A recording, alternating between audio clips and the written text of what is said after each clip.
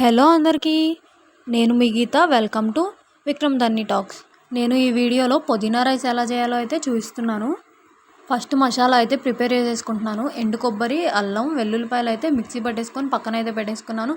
Next అయితే అదే mixie జార్లో అయితే పుదీనాకు, కొత్తిమీర, 4 పచ్చిమిర్చి అయితే కట్ చేసేసుకొని వేసేసుకొని అయితే మిక్సీ పట్టేసుకున్నాను. ఇంకొక వైపు అయితే రైస్ కుక్కర్లో బియ్యం అయితే కడిగి పెట్టేసుకొని నానబెట్టేసుకున్నాను.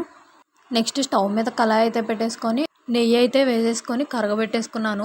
మీ దగ్గర నెయ్యి లేకపోతే కొంచెం నెయ్యి, ఇంకొంచెం డాల్డా అయితే వేసుకొని వేడి చేసుకోండి. నెయ్యి హీట్ అయిన తర్వాత లవంగా, దాల్చిన చెక్క, బిర్యానీ లీఫ్, మీ దగ్గర ఉన్న ఇంకా మసాలాలు ఏముంటే అవి అయితే వేసేసుకోండి. నెక్స్ట్ మసాలా దినుసులు బాగా ఫ్రై అయిన తర్వాత ముందుగా పట్టి పెట్టుకున్న మసాలాను అయితే వేసేసుకొని ఫ్రై చేసుకోవాలి.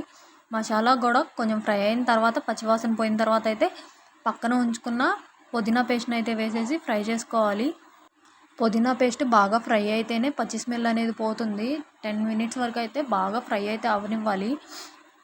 నెక్స్ట్ అయితే ఇంకో బాండి పెట్టేసుకొని పక్కన స్టవ్ మీద దాంట్లో అయితే ఆయిల్ వేసుకొని ఉల్లిపాయ ముక్కలు, టొమాటో, పచ్చిమిర్చి ముక్కలు అయితే వేసి ఫ్రై చేసుకొని దీంట్లోకి అయితే వేసేసుకొని పుదీనా పేస్ట్లోనే అది కూడా కలిపేసుకుంటున్నాను.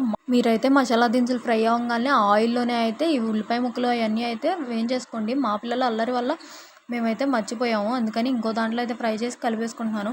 నెక్స్ట్ అయితే ఆల్రెడీ కడిగి పెట్టేసుకున్న రైస్ ఉంది కదా, దాంట్లో అయితే సరిపడా ఎసరు అయితే వేసేసుకొని ఈ పేస్ట్ అంతా వేసేసుకొని కలిపేసుకోవాలి. ఆల్రెడీ నేనైతే ఆ రైస్లోనే ఆల్రెడీ గల్లుప్పు అయితే వేసేసుకొని సరిపోని కలిపేసుకున్నాను.